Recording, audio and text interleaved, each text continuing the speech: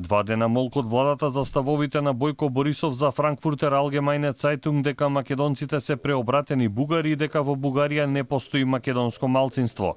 Заев веројатно не чувствува потреба дека треба да реагира на тврдењата на бугарскиот премиер, ниту тезите дека бугарите во Македонија под притисок на комунистите насилно се нарекувале македонци, не се доволна причина премиерот во овој случај да се стави во одбрана на националните и државните интереси. Алфа упати прашање, но не доби одговор дали и кога ќе го стори тоа. За разлика од Борисов, Каракачанов со контроверзната изјава од пред неколку дена успеа да го испровоцира Заев за реакција, но единствено на Фејсбук, откако бугарскиот министер за одбрана и вице-премиер изјави дека Заев е бугарин кому мозокот му работи споро. Председателот Пендаровски пак од интензивирањето на спорот со Бугарија ставовите ги искажува во интервјуа или изјави за медиумите. На прашањето на Алфа зошто тој за отворените прашања нема обраќање до граѓаните, од Вила Водно не одговорија конкретно. Од кабинетот на шефот на државата велат дека тој позициите ги има искажано во повеќе наврати. Повторно се повикуваат на интервјуа. Председателот Пендаровски својот став за неприфатливите барања на Бугарија го има јавно соопштено во повеќе наврати.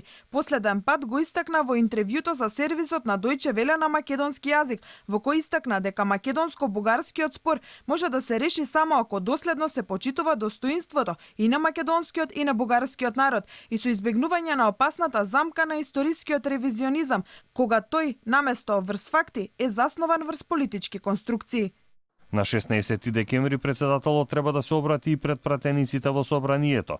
Тоа ќе биде второ годишно обраќање откако е избран за председател, а прво пред новоизбраниот парламент.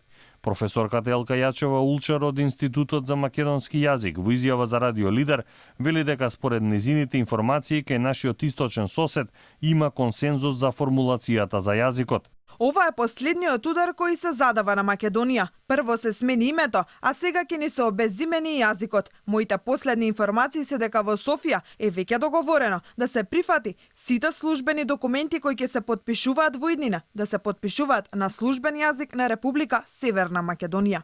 Поранешниот македонски амбасадор во Бугарија Маријан Ѓорчев во колумна за МакПрес пишува дека објаснувањето за новиот бугарски конзервативен национализам кон македонското прашање се состои во забошотување и бегање од историските факти за бугарскиот експанзионизам во Балканските и Првата и Втората светска војна.